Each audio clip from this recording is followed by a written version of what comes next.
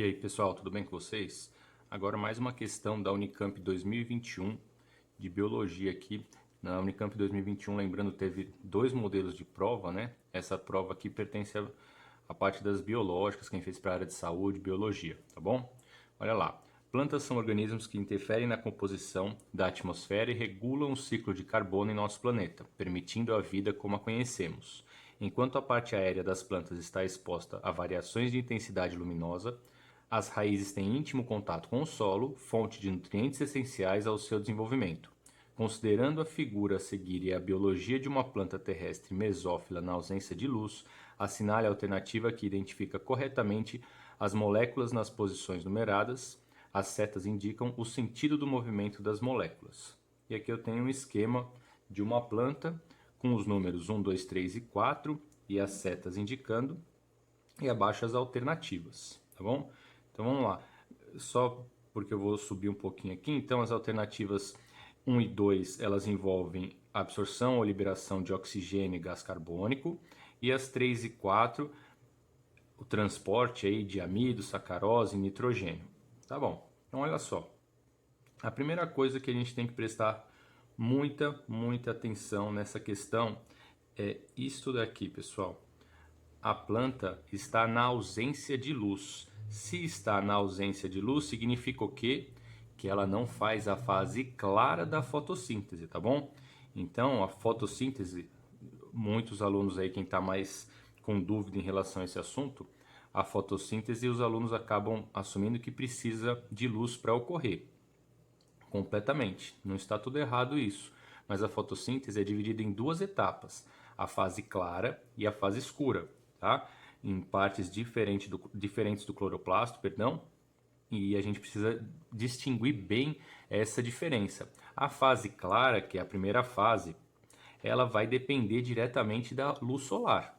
Então só pode ocorrer de manhã. Mas nada impede aqui, ó, que a fase escura ocorra durante a noite. A fase escura, ou ciclo de Calvin-Benson, ou etapa química, ela vai ou pode ocorrer à noite, e é nessa etapa em que o carbono que vem do CO2, né, do dióxido de carbono, vai ser transformado em carboidrato, em carbono orgânico, tá?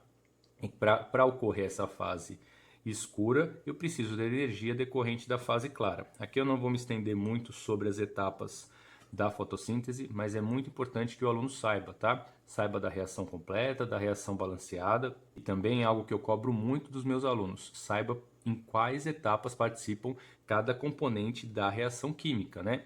Então eu vou deixar aqui a reação balanceada da fotossíntese. Então eu tenho CO2 mais água, gerando C6H12O6 mais O2. Então cada um desses quatro componentes eu preciso saber em quais etapas, na fase clara ou escura da fotossíntese, eles participam, tá certo? Por que isso é tão importante, principalmente nessa etapa? Qual que é a tendência, pessoal? A tendência aqui é a gente falar que a planta absorve gás carbônico, não é isso? E libera oxigênio. De forma geral, é isso que a gente encontra e é muito difundido até na mídia, na televisão, a gente encontra que a planta libera oxigênio. Tudo bem, não está totalmente errado de novo, né? Assim como salientei anteriormente que a fotossíntese como um todo precisa de luz. A planta vai liberar oxigênio em muitos momentos, tá? Mas não é a qualquer momento. Para ela liberar oxigênio, agora sendo mais detalhista aqui, tá? O oxigênio, ele é uma das moléculas que participam da fotossíntese, vou deixar aqui para vocês de novo. Sendo uma das moléculas que participam da fotossíntese, eu preciso saber em qual etapa esse oxigênio é produzido. E o oxigênio é produzido, pessoal, na fase clara. Vou colocar aqui na fase clara. E para ser produzido na fase clara, eu preciso de luz, então. E aqui o nosso exercício disse que eu estou à noite, né, com ausência de luz. Eu não teria como produzir oxigênio nessa situação. Então, já é um fator indicativo que o 2, né, o número 2 aqui sendo liberado, não pode ser, tá? Não pode ser oxigênio. Eu vou apagar tudo isso daqui, porque acho que essa interpretação inicial que a gente fez agora é a mais importante, que os alunos têm que ficar muito atento com essa ausência de luz. Perfeito. Estando com ausência de luz, não pode ocorrer a fase clara, mas a planta pode fazer a fase escura, né? Ela já conseguiu energia ali, algumas moléculas energéticas para todo o funcionamento do ciclo que faz parte da fase escura. E na fase escura é a fase onde ocorre a fixação de carbono. Então eu tenho a fase em que o CO2 vai ser transformado em carbono orgânico, C6H12O6. Vou fazer um mais bonitinho aqui. Tá? Então é esta fase, este evento aqui, o carbono inorgânico sendo transformado em carbono orgânico, que vai ocorrer na fase escura.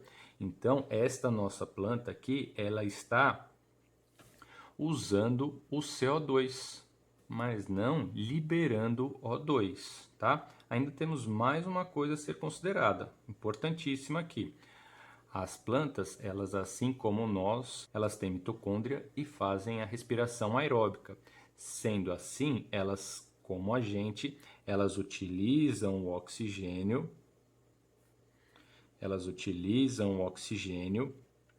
para fazer a respiração e liberam o CO2, tá? Então, são processos diferentes. Aqui eu exemplifiquei a utilização do CO2 na fotossíntese e aqui a planta liberando CO2 na respiração aeróbica. A gente precisa entender que esta planta está constantemente, né? As plantas fazem uma taxa de respiração aeróbica constante e a fotossíntese aqui só a fase escura, tá bom? No final das contas, pessoal, esse de baixo aqui eu vou tirar. Essa planta, então, ela está absorvendo oxigênio. Por quê? Porque ela está fazendo a respiração aeróbica, então ela tem que absorver o oxigênio, não está liberando o oxigênio, porque ela não está fazendo a fase clara da fotossíntese, certo? Então aqui ela vai acabar liberando, mesmo usando aqui para fixação do CO2, ela também está liberando o CO2 decorrente da respiração aeróbica, tá bom, pessoal? Outra coisa a ser discutida, o 3 e o 4, que eu acho que fica um pouquinho mais simples, né? O 3 aqui é algum processo que está ocorrendo dentro do caule, está indo para baixo, entre amido e sacarose aqui. O amido, pessoal, é um polissacarídeo decorrente da união de várias moléculas de glicose. Já a sacarose é um disacarídeo decorrente da união de uma molécula de glicose e uma molécula de frutose, tá? O amido, então, sendo um polissacarídeo, é uma substância de reserva, é uma molécula grande e que vai servir de reserva. E ele vai ser produzido, por exemplo, na raiz, se a gente for pensar numa batata, por exemplo, tá?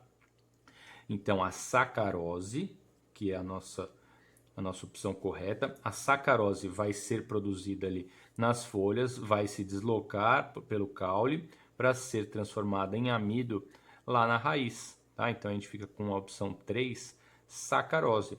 E a opção 4? A opção 4 nem tem seta, né? Pelo menos eu não estou enxergando aqui, que vai ser o nitrogênio. O nitrogênio, ele é absorvido pela raiz. E ele é importante para quê? Em quais moléculas ou biomoléculas a gente encontra o nitrogênio? Nas proteínas, formadas a partir dos aminoácidos, e nos ácidos nucleicos, né? O DNA e o RNA. E é absorvido pela raiz. Acho que essa segunda parte aqui fica mais fácil de entender. A primeira parte que é a mais complexa. Então, nitrogênio e sacarose, tudo bem. E aqui, pessoal, 1 e 2 é o oxigênio sendo absorvido, porque a taxa de respiração aeróbica vai ser maior em relação à fotossíntese durante a noite, e a liberação de CO2. Alternativa correta, letra C. Certinho, pessoal? Qualquer dúvida é só me escrever nos comentários ou nas outras redes sociais. Vou ter o maior prazer de respondê-los e tirar todas as suas dúvidas e aumentar aí a discussão, porque é um conteúdo que cai bastante na Unicamp. Um abraço, pessoal, e até a próxima.